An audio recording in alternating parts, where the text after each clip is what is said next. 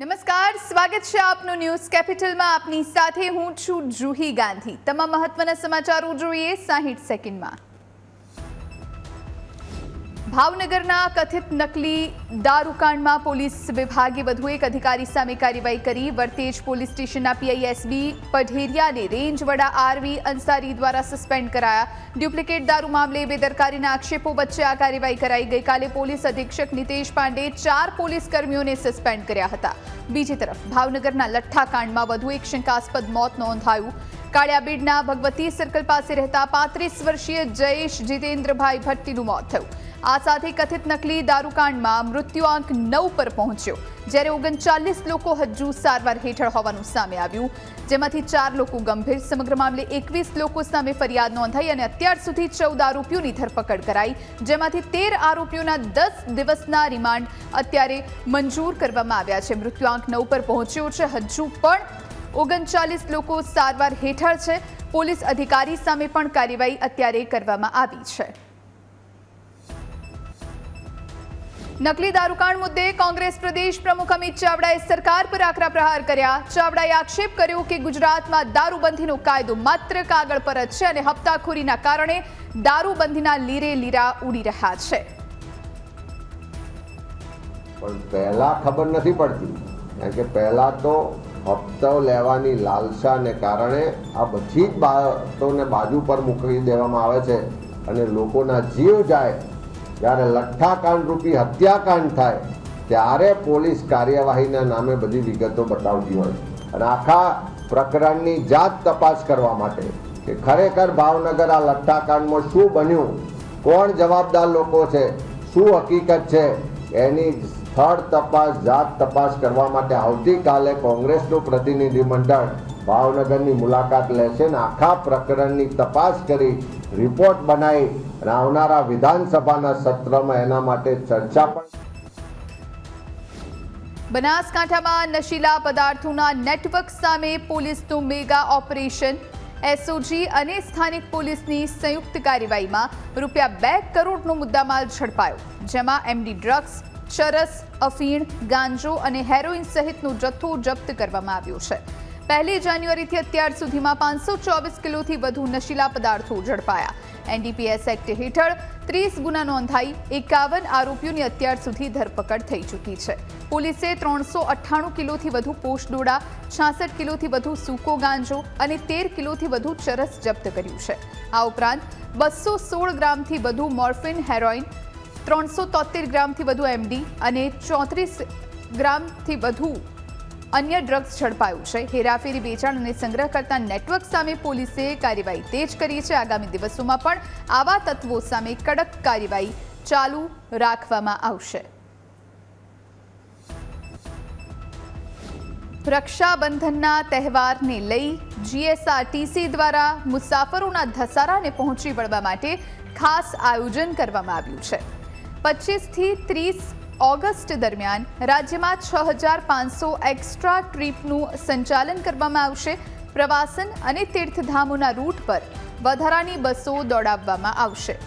અમદાવાદ, ગોધરા, વડોદરા, પાલનપુર અને નડિયાદ ઉપરાંત પાવાગઢ, સુરત, રાજકોટ, જૂનાગઢ, પોરબંદર અને વલસાડ સહિતના રૂટ પર પણ વધારાની બસ દોડાવવામાં આવશે, જેના કારણે આ રજાઓના સમયગાળા દરમિયાન મુસાફરોને બસની રાહ ન જોવી પડે અને તેમને કોઈ મુશ્કેલી ન સર્જાય. 6500 જેટલી એક્સ્ટ્રા બસોનું સંચાલન કરવાનો નિર્ણય લેવામાં આવ્યો છે. પ્રવાસન અને સાથે તીર્થધામની જેટલી પણ જગ્યાઓ છે ત્યાં વધારે બસ ફાળવવામાં આવી છે, જેના કારણે મુસાફરોને વ્યવસ્થા મળી રહે. ખંભાળિયા એસટી ડેપોમાં ગુજરાતની પ્રથમ ઓફલાઈન સ્માર્ટ પૂછપરછ સિસ્ટમ શરૂ કરવામાં આવી છે. આ સિસ્ટમમાં ડેપોની 208 બસોના સમયપત્રકની માહિતી ઉપલબ્ધ છે. મુસાફર માત્ર પોતાનું ગંતવ્ય પસંદ કરીને નજીકના સમયની 3 બસો, બસ નંબર અને પ્લેટફોર્મની માહિતી મેળવી શકશે. આ માહિતી વોઇસ મેસેજ દ્વારા પણ સાંભળી શકાશે. વડીલો અને દિવ્યાંગ મુસાફરોને ધ્યાનમાં રાખી આ સિસ્ટમ તૈયાર. આની અંદર મતલબ પેસેન્જરને જે ઇન્ક્વાયરીમાં પૂછાતા જે કંઈ પ્રશ્નો છે એને જે બસની રૂટની માહિતી છે એ મળશે. પ્લસ એને રિફ્રેશમેન્ટ માટે કેન્ટીન ક્યાં છે એની માહિતી મળશે, મુસાફર પાસ, પેસેન્જર પાસ, વિદ્યાર્થી પાસ, એડવાન્સ બુકિંગની માહિતી, એનું વિન્ડો ક્યાં છે એની માહિતી મળશે, પ્લસ ટોયલેટ બાથરૂમ જે છે, ટોયલેટ બ્લોક કઈ જગ્યાએ છે એની માહિતી મળશે. આવી જે પેસેન્જરને લગતી પાણી, પીવાના પાણી માટેની સુવિધા કઈ જગ્યાએ છે એની માહિતી પણ મળશે. આવી પેસેન્જરને લગતી જે કંઈ એમ્યુનિટી સુવિધાઓ છે કે જેને પેસેન્જરને પૂછવાની ઇન્ક્વાયરી ઓફિસ પર જરૂર પડે, આવા તમામ ડેટા છે એ અમે આની અંદર ફિટ કરેલા છે. વલસાડ તાલુકાના વશિયર નનકવાડા વાંકી નદી પર 3.80 કરોડના ખર્ચે બનેલા અજાયબી બ્રિજનો વિવાદ વધુ ઘેરાયો છે. છેલ્લા 1.5 વર્ષથી રજૂઆતો કરવા છતાં કોઈ ઉકેલ ન આવતા યુથ કોંગ્રેસના મીત દેસાઈ અને રહેલ શેખ દ્વારા શરૂ કરાયેલી ભૂખ હડતાળ આજે 8મા દિવસમાં પ્રવેશી છે. આ મુદ્દે વાંસદાના ધારાસભ્ય અનંત પટેલે ભાજપ સરકાર પર આકરા પ્રહાર કર્યા છે. તેમણે સરકાર પાસે યુવાનોના સવાલોના જવાબ માંગ્યા છે. યુથ કોંગ્રેસના આગેવાન મીત દેસાઈ અને રાહિલ છેલ્લા 7 દિવસથી ધરણા પર બેઠા છે, ત્યારે અમે એમની મુલાકાત લેવા માટે આવ્યા છે અને સમર્થન આપવા માટે પણ આવ્યા છે કે આ રીતે પ્રજાના પૈસે ધુમાડો કરીને એક ભાજપના નેતાને ખુશ કરવા માટે લગભગ 4 કરોડ રૂપિયા જેટલા વેડફવામાં આવે છે. ત્યારે અમે સમર્થનની સાથે સરકારને ચેતવણી પણ આપીએ છીએ કે અમારા આગેવાનોએ જે પ્રશ્ન પૂછ્યા એના પ્રશ્નનું નિરાકરણ તમે કરવા માટે આવો, નહીં તો અમે આવનારા સમયમાં મોટું આંદોલન કરીશું. સુરેન્દ્રનગરમાં હોટેલ રેસ્ટોરન્ટમાં ફૂડ વિભાગે સઘન ચેકિંગ હાથ ધર્યું. નેશનલ હાઈવે સહિત સાયલા, ચોટીલા અને ચૂડા વિસ્તારમાં કુલ 8 હોટેલ રેસ્ટોરન્ટમાં તપાસ હાથ ધરવામાં આવી. તપાસ દરમિયાન પનીર સહિત વિવિધ ખાદ્ય ચીજોની ગુણવત્તા અને હાઇજીનની ચકાસણી કરવામાં આવી. ચેકિંગ દરમિયાન 60 કિલો જેટલી અયોગ્ય ખાદ્ય સામગ્રીનો નાશ કરવામાં આવ્યો. આ ઉપરાંત પનીર, તૈયાર શાક, દહીં અને લોટ સહિત કુલ 14 ખાદ્ય ચીજોના નમૂના પણ લેવામાં આવ્યા છે, જેમાં પનીર, વાલ, ટામેટા અને બટાકા સહિતના નમૂનાઓનો પણ સમાવેશ થાય છે. ફૂડ વિભાગ દ્વારા તમામ નમૂનાઓને લેબોરેટરીમાં તપાસ માટે મોકલવામાં આવશે. હવે લેબોરેટરી રિપોર્ટ બાદ ખાદ્ય ચીજોની ગુણવત્તા અંગે શું હકીકત સામે આવે છે અને નિયમોનું ઉલ્લંઘન કરનાર સામે આખરે કઈ રીતની કાર્યવાહી કરવામાં આવે છે તે જોવાનું રહેશે. હોટેલ રેસ્ટોરન્ટમાં ફૂડ વિભાગે ચેકિંગ હાથ ધર્યું છે. સુરતના કામરેજની પ્રખ્યાત ખાવધરા ગલીમાં ફૂડ વિભાગે તવાઈ બોલાવી. ખાણીપીણીની લારીઓ અને દુકાનોમાં ફૂડ વિભાગની ટીમે અચાનક ચેકિંગ હાથ ધરતા લારી ગલ્લા ધારકોમાં દોડધામ મચી. તપાસ દરમિયાન અનેક સ્થળોએ ગંદકીનું સામ્રાજ્ય જોવા મળ્યું. ફૂડ વિભાગે સ્થળ પર જ કચરો અને અખાદ્ય જથ્થાનો નાશ કર્યો. આ ઉપરાંત નિયમ વિરુદ્ધ ન્યૂઝપેપરનો ઉપયોગ કરીને ખાદ્ય સામગ્રી વેચતા વેપારીઓ સામે પણ કાર્યવાહી કરવામાં આવી. તપાસ દરમિયાન હાનિકારક અને નકામો ખાદ્ય જથ્થો જપ્ત કરી નાશ કરાયો. સમગ્ર ગુજરાત રાજ્યમાં હોટેલ, રેસ્ટોરન્ટ્સ અને ખાણીપીણીની લારીઓ ઉપર સ્વચ્છતા અને હાઇજેનિક બાબતની તપાસની કામગીરી ચાલુ છે. જે અંતર્ગત આપણે સુરત જિલ્લાની અંદર કામરેજ ખાતે આવેલી ખાવ ગલીની અંદર આપણે આજે તપાસ ઝુંબેશ હાથ ધરી છે. અત્યારે અહીંયા જે પરિસ્થિતિ જે પ્રમાણે લોકો કાગળ, ન્યૂઝપેપરનો યુઝ કરે છે અને થોડી ગંદકી જોવા મળેલી છે, એનો આપણે તાત્કાલિક નાશ કરાયો છે અને જેમાં વધારે ગંદકી છે આપણે તાત્કાલિક બંધ. ફૂડ પોઈઝનિંગ કાંડ બાદ ગાંધીનગરથી કડક કાર્યવાહીના નિર્દેશ કરવામાં આવ્યા હોવા છતાં ફૂડ વિભાગની કામગીરી સામે સવાલો ઉઠી રહ્યા છે. 18 ઓગસ્ટે 330 રેસ્ટોરન્ટ અને ઢાબામાં તપાસ કરી 17 એકમો બંધ કરાયા, જ્યારે 19 ઓગસ્ટે 209 સ્થળોની તપાસ કરવામાં આવી, જ્યાં 43 બંધ કરાયા. ઉપરાંત 18 ઓગસ્ટે 208 અને 19 ઓગસ્ટે 128 રેસ્ટોરન્ટને નોટિસ આપવામાં આવી.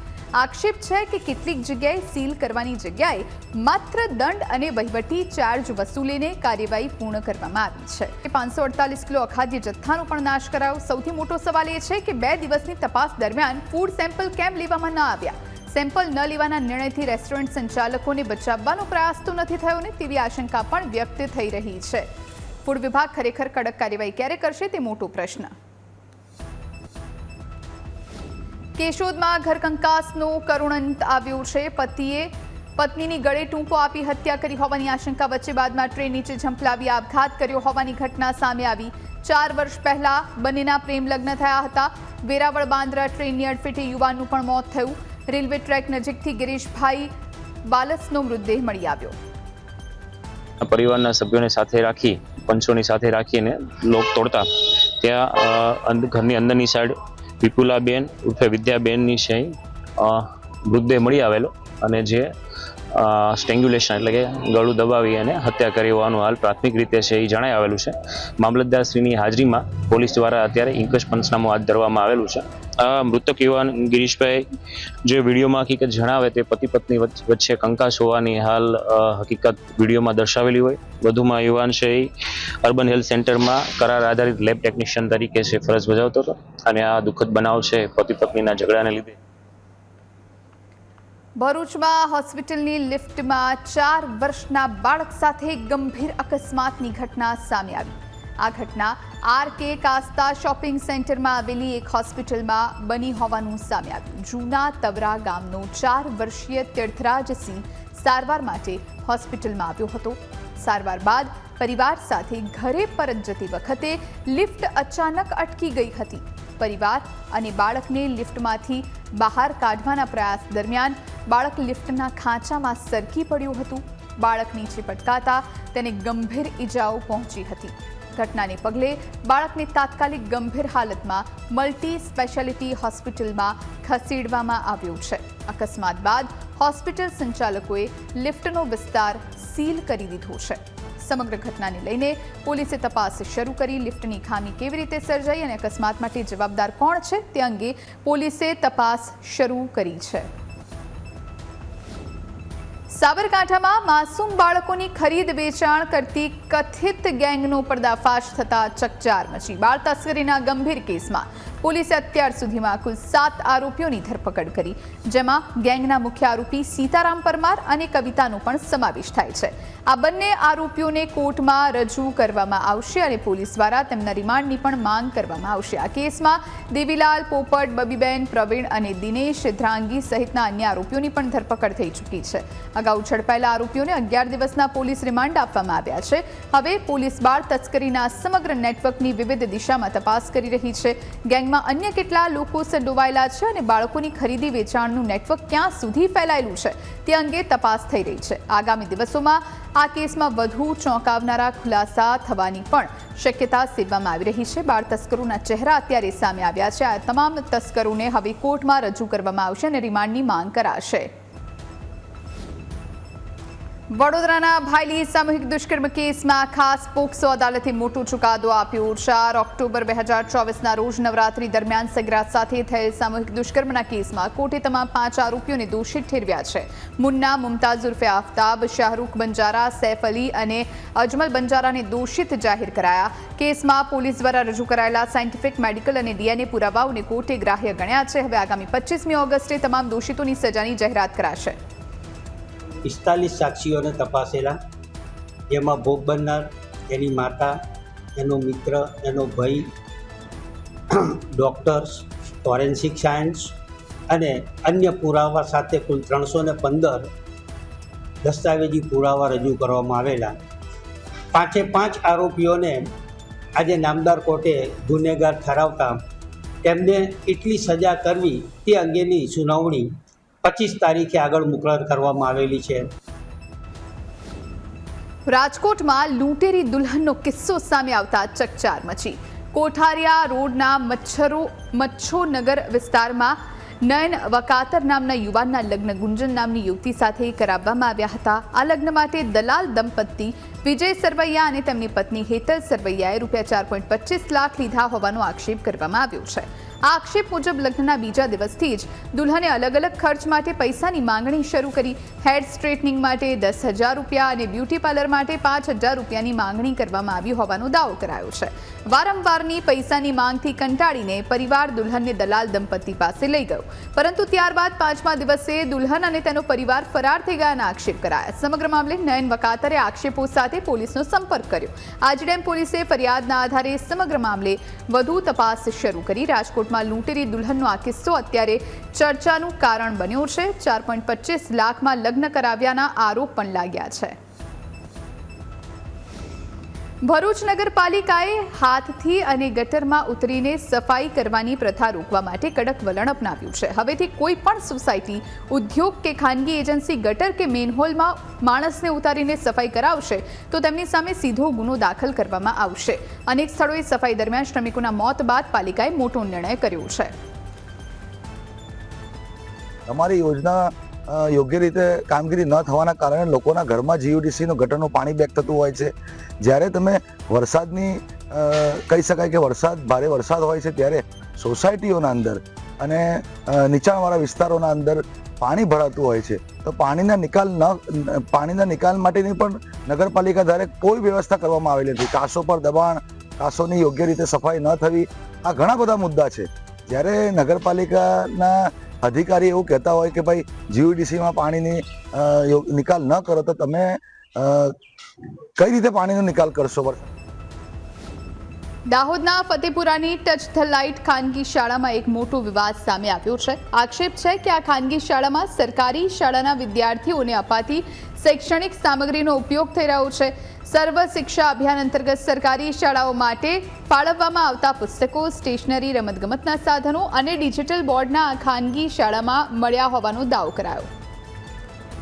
તો અહીંયા 4 જેટલા ડિજિટલ બોર્ડ જોવામાં આવ્યા છે. તેની સાથે સાથે જે અલગ અલગ કીટો જે છે, જે નિપુણ સર્જન કીટ કહેવાય તે, બાળકોને ડ્રોઈંગની કીટ આવે તે, પિટારા આવે તે, આ બધી જ બાબતો અત્યારે અહીંયા એટલે કે આ ટચ ધ લાઇટ જે સ્કૂલ છે ત્યાં જોવા મળી રહી છે. અને આ સરકારી સામાન છે.